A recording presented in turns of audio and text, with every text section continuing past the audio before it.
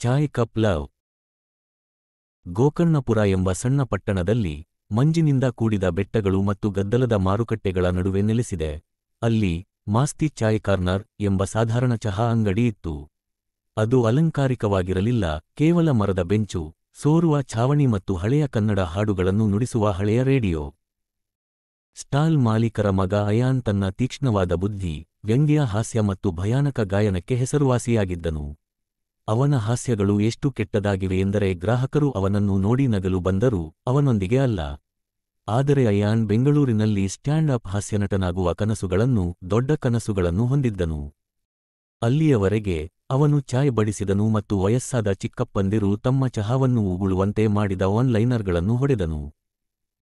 ಒಂದು ಮಳೆಗಾಲದ ಬೆಳಿಗ್ಗೆ ಅಯಾನ್ ಮುರಿದ ಛತ್ರಿಯಿಂದ ಛಾವಣಿಯ ಸೋರುವ ತೇಪೆಯನ್ನು ಮುಚ್ಚಲು ಪ್ರಯತ್ನಿಸಿದಾಗ ಅವಳು ಒಳಗೆ ನಡೆದಳು. ಮೀರಾ, ನಗರದ ಹುಡುಗಿ, ಗಂಭೀರ ಮುಖ, ಕೈಯಲ್ಲಿ ಪುಸ್ತಕ. ಅವಳು ಸಾಮಾಜಿಕ ಯೋಜನೆಗೆ ಸಹಾಯ ಮಾಡಲು ಪಟ್ಟಣದಲ್ಲಿದ್ದಳು, ತಾತ್ಕಾಲಿಕವಾಗಿ ತನ್ನ ಚಿಕ್ಕಮ್ಮನೊಂದಿಗೆ ಇದ್ದಳು. ಅವಳು ಚಾಯ್ ಮಿಲೇಗಾ ಎಂದು ಕೇಳಿದಳು. ಒಂದು ಕ್ಷಣ ಅವಳನ್ನು ದಿಟ್ಟಿಸಿ ನೋಡುತ್ತಿದ್ದ ಅಯಾನ್, ಚಾಯ್ ಮಿಲೇಗಾ, ದಿಲ್ ನಹಿ. ಓ, ಈಗಾಗಲೇ ಗಯಾ. ನಿಮಗೆ ಚಹಾ ಸಿಗುತ್ತದೆ, ನನ್ನ ಹೃದಯವಲ್ಲ. ಅದು ಈಗಾಗಲೇ ಹೋಗಿದೆ. ಮೀರಾ ಅವನ ಮೇಲೆ ತಣ್ಣನೆಯ ನೋಟ ಬೀರಿದಳು. ನನಗೆ ಚಹಾ ಬೇಕು, ನಾಟಕವಲ್ಲ.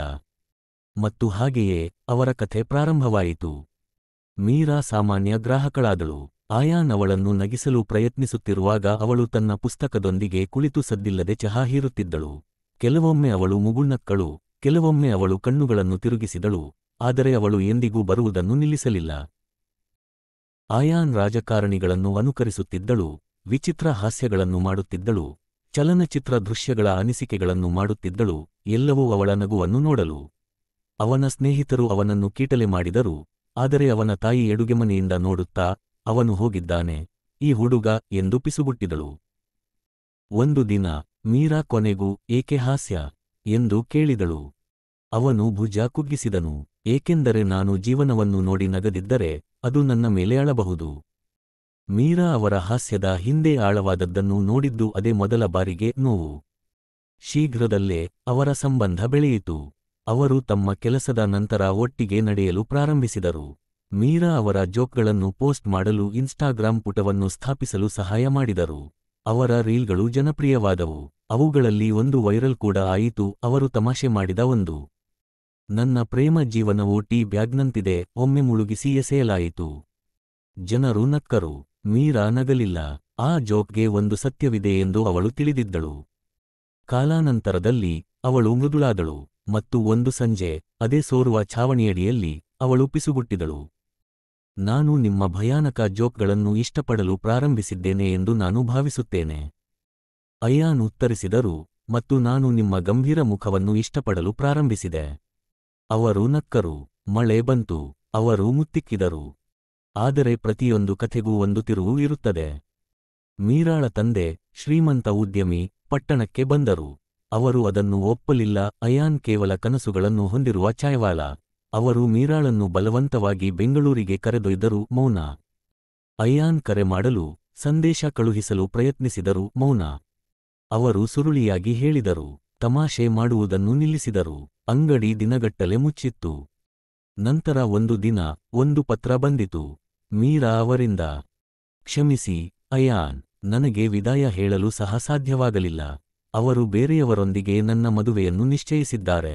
ನಾನು ಜಗಳವಾಡಿದೆ, ಆದರೆ ನಾನು ದಣಿದಿದ್ದೇನೆ. ಬಹುಶಃ ಇನ್ನೊಂದು ಜೀವನದಲ್ಲಿ, ಕಡಿಮೆ ಸರಪಳಿಗಳೊಂದಿಗೆ. ಅಯಾನ್ ಪತ್ರವನ್ನು ಮಡಚಿ ನಕ್ಕರು. ಒಣ, ಕಹಿ ನಗು. ನಂತರ ಅವನು ಅಳುತ್ತಾನೆ. ತಿಂಗಳುಗಳು ಕಳೆದವು. ಎದೆಗುಂದದ ಅಯಾನ್ ಗೋಕರ್ಣಪುರವನ್ನು ಬಿಡಲು ನಿರ್ಧರಿಸಿದನು. ಅವನು ಬೆಂಗಳೂರಿಗೆ ಸ್ಥಳಾಂತರಗೊಂಡನು. ಹಾಸ್ಯ ಕ್ಲಬ್ನಲ್ಲಿ ಕೆಲಸ ಮಾಡಲು ಪ್ರಾರಂಭಿಸಿದನು. ಮೊದಲು ಮೇಜುಗಳನ್ನು ಸ್ವಚ್ಛಗೊಳಿಸುವುದು, ನಂತರ ಪ್ರದರ್ಶನ ನೀಡುವುದು. ಅವನ ನೋವು ಅವನ ಹಾಸ್ಯಗಳಿಗೆ ಆಳವನ್ನು ನೀಡಿತು. ಅವನು ಹೃದಯಾಘಾತ, ಅರೇಂಜ್ ಮದುವೆಗಳು, ಕಳೆದುಹೋದ ಪ್ರೀತಿಯ ಮವನದ ಬಗ್ಗೆ ತಮಾಷೆ ಮಾಡಿದನು. ಅವನು ಪ್ರಸಿದ್ಧನಾದನು. ಒಂದರ ನಂತರ ಒಂದರಂತೆ ಕಾರ್ಯಕ್ರಮಗಳು. ಅವನು ತನ್ನ ದುಃಖದಿಂದ ಜನರನ್ನು ನಗಿಸುತ್ತಿದ್ದನು. ಆದರೆ ಅವನು ಅವಳನ್ನು ಎಂದಿಗೂ ಮರೆಯಲಿಲ್ಲ. 3 ವರ್ಷಗಳ ನಂತರ, ಒಂದು ದತ್ತಿ ಹಾಸ್ಯ ಕಾರ್ಯಕ್ರಮದ ಸಮಯದಲ್ಲಿ, ಅವನು ಅವಳನ್ನು ನೋಡಿದನು. ಮೀರಾ. ಜನಸಂದಣಿಯಲ್ಲಿ. ಪುಟ್ಟ ಹುಡುಗಿಯ ಕೈ ಹಿಡಿದು. ಅವರ ಕಣ್ಣುಗಳು ಭೇಟಿಯಾದವು. ಕಾರ್ಯಕ್ರಮದ ನಂತರ ಅವರು ವೇದಿಕೆಯ ಹಿಂದೆ ಭೇಟಿಯಾದರು. ಯಾವುದೇ ಮಾತುಗಳಿಲ್ಲ, ಕೇವಲ ಮೌನ. ನಂತರ ಅವಳು ಹೇಳಿದಳು, ನನ್ನ ಮದುವೆ ಉಳಿಯಲಿಲ್ಲ. ಅವನು ಹೊರಟು ಹೋದನು. ನಾನು ನನ್ನ ಮಗಳನ್ನು ಒಂಟಿಯಾಗಿ ಬೆಳೆಸುತ್ತಿದ್ದೇನೆ. ಅಯಾನ್ ಆ ಪುಟ್ಟ ಹುಡುಗಿಯನ್ನು ನೋಡಿದನು. ಗುಂಗುರು ಕೂದಲು, ಗಂಭೀರ ಮುಖ, ಅವಳ ತಾಯಿಯಂತೆಯೇ. ಅವನು ಮಂಡಿಯೂರಿ, ಮುಗುಳ್ನಕ್ಕು, ನಿಮಗೆ ಕೆಟ್ಟ ಜೋಕ್ಗಳು ಇಷ್ಟವೇ ಎಂದು ಕೇಳಿದನು. ಹುಡುಗಿ ನಾಚಿಕೆಯಿಂದ ತಲೆಯಾಡಿಸಿದಳು. ಅವನು ಹೇಳಿದನು, ಹಾಗಾದರೆ ನೀನು ನನ್ನನ್ನು ಪ್ರೀತಿಸುತ್ತೀಯಾ? ಮೀರಾ ತನ್ನ ಕಣ್ಣೀರಿನ ಮೂಲಕ ಮುಗುಳ್ನಕ್ಕಳು. ವಿಷಯಗಳು ಮೇಲಕ್ಕೆ ನೋಡಲು ಪ್ರಾರಂಭಿಸುತ್ತಿದ್ದಂತೆ ವಿಧಿ ಮತ್ತೊಂದು ಕ್ರೂರತಂತ್ರವನ್ನು ಆಡಿತು. ಅಯಾನ್ಗೆ ಅಪರೂಪದ ಹೃದಯ ಕಾಯಿಲೆ ಇರುವುದು ಪತ್ತೆಯಾಯಿತು. ತುಂಬಾ ಒತ್ತಡ, ತುಂಬಾ ನಿದ್ದೆಯಿಲ್ಲದ ರಾತ್ರಿಗಳು.